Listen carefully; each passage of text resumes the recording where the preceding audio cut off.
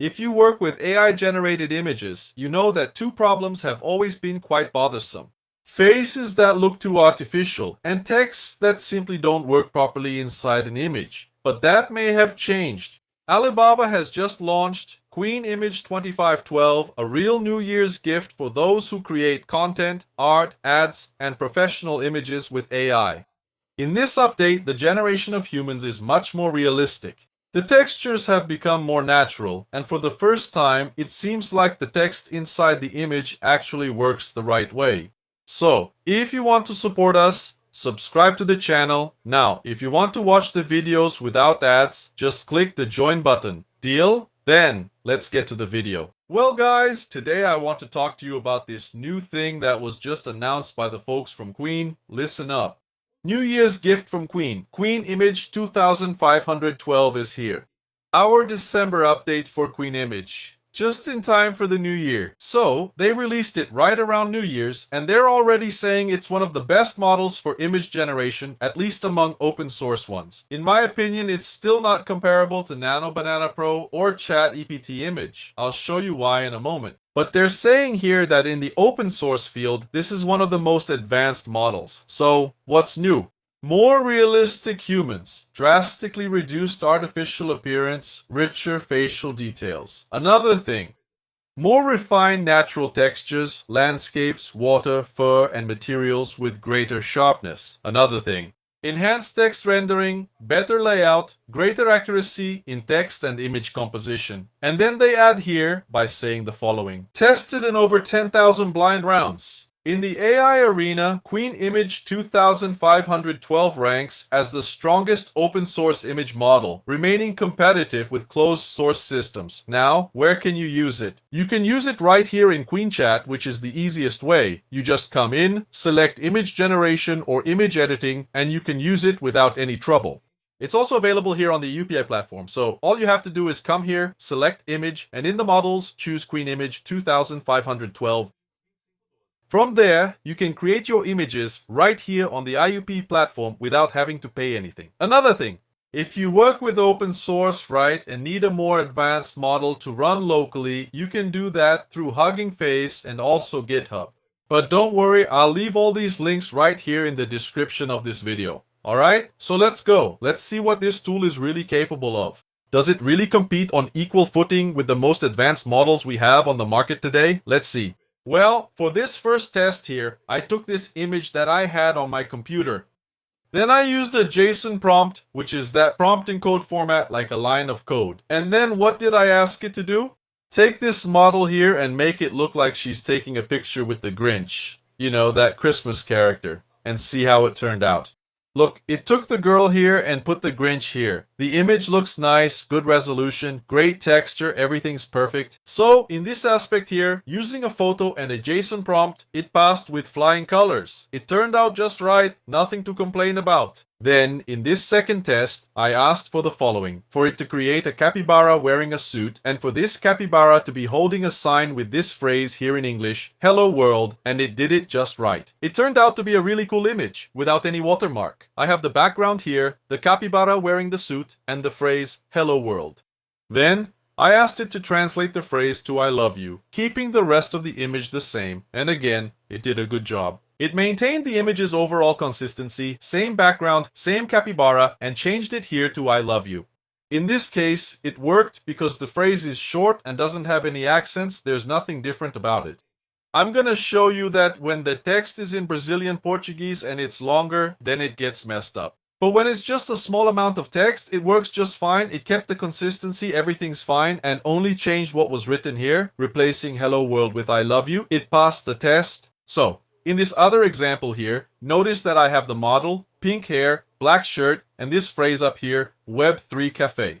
I asked for the following, to change the hair color to black and the shirt color to yellow. And it delivered this result here. Black hair, yellow shirt, and it kept what was written on the image. So it also passed the test, because it did exactly what I asked and managed to render that text that was on the image. Then, here in this other test, I asked for a close-up image, precisely to see if the texture of the human face looked good. Check out how it turned out. Look, in my opinion, it's really nice. Notice here the eyebrow hairs, the eyelashes, the pores here. There's also the paint on the model's face.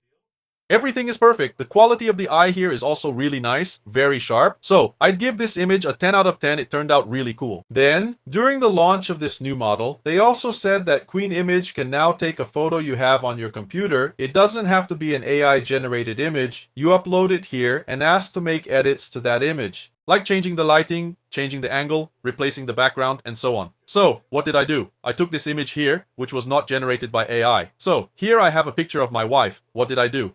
I asked the artificial intelligence to take this photo and make it look like it was taken at night using Flash. Take a look at how it turned out. Look, it kept all the features of my wife and only changed the background. And it really does look like the photo was taken at night, because the lighting is only in the foreground. In the background, everything is dark. Then, using the same photo, I then asked it to change the angle, as if we were looking at the photo from above. Look how it turned out. Notice that it kept the same consistency in the background, and it really does look like now I'm looking at the photo from above. And then, I asked to take the photo that was taken outdoors and make it look like it was taken inside a room. And this was the result. So, what caught my attention the most is that it manages to maintain the consistency of a human face. So even if it's not a photo generated by AI, it keeps the consistency of the face, the body, everything just right. And it only edits what you asked for, the background, the angle, or the lighting.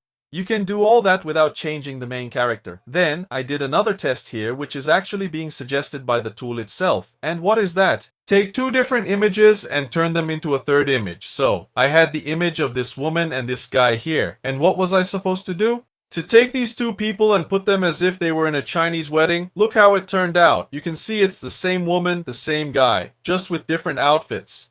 He even changed the background of the image here. So, it managed to do what I asked, keeping the features of the characters. He just changed the outfit and the background of the image and generated a third photo for me. Now here's where the Achilles heel is. Look at what I asked for.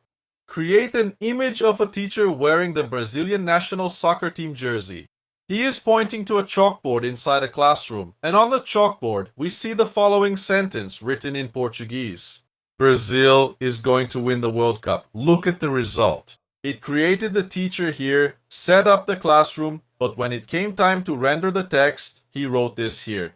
Brazil, then he wrote it with a Z, is going to win the World Cup of Murdo. So he didn't render the text properly. He put it on a texture here that didn't look natural. It seems like the letters were added later to the image. And even so, he still messed it all up when it was time to put the text in Brazilian Portuguese. So, if you want to put text inside images, okay, if it's a short sentence, without cedilla or accents, it can even do it. Sometimes it gets it wrong, and sometimes it works. But if it's a slightly longer sentence, then it will mix it with English, switch the letters, and it'll end up like this. So, from what I understand, the improvement in text rendering happens in English or in Chinese. When we try to do this in another language, like Brazilian Portuguese, it usually doesn't work. In this other example here, I also wanted to test human facial texture. Look how it turned out. I asked for a close-up image of a lady here, an elderly woman, and look how it turned out. He added the wrinkles on the face here. You can see the detail in the eye, which is really nice. It's very clear. Notice the strands of hair here. They're also really cool. So, in this aspect here, for generating human faces, for merging images, or for editing, changing the background, hair color, shirt color, this new model works really well. It works just right. In fact, the quality of the images here is even better than the previous version. So, everything's good. The big problem I found here was exactly with rendering text in Brazilian Portuguese. There, it definitely didn't pass the test. Check out this other example here, which is really cool. I had this photo here, which isn't even that clear, and then I asked it to create a grid here, where I would have this same character, but with just a few very subtle changes in each of the squares that appear here. Let's see how it turned out. Notice that I have the same model, and the changes are very subtle. It just makes small tweaks. Like here with the position of the hand, it switches the arm here, makes the smile a bit wider, the smile a bit more restrained, and keeps the whole background structure the same. So, when it comes to making small changes to the same image, the model does really well, because it kept the consistency of the original image here and only made a few specific changes, keeping everything else just the way it was. So guys, try it out because, in my opinion, it's a great model when you want to generate images of landscapes, people, human faces, or combine two images. Everything is working perfectly. The Achilles heel here, at least in the tests I did at home, was rendering text in Brazilian Portuguese because for everything else, the tool works just fine. So try it out, then come back here in the comments to tell me what you thought of Queen QI 2512. So, have you tried it yet? What did you think? Can it compete with the Nano Banana Pro? Let me know in the comments. See you in the next video. Bye.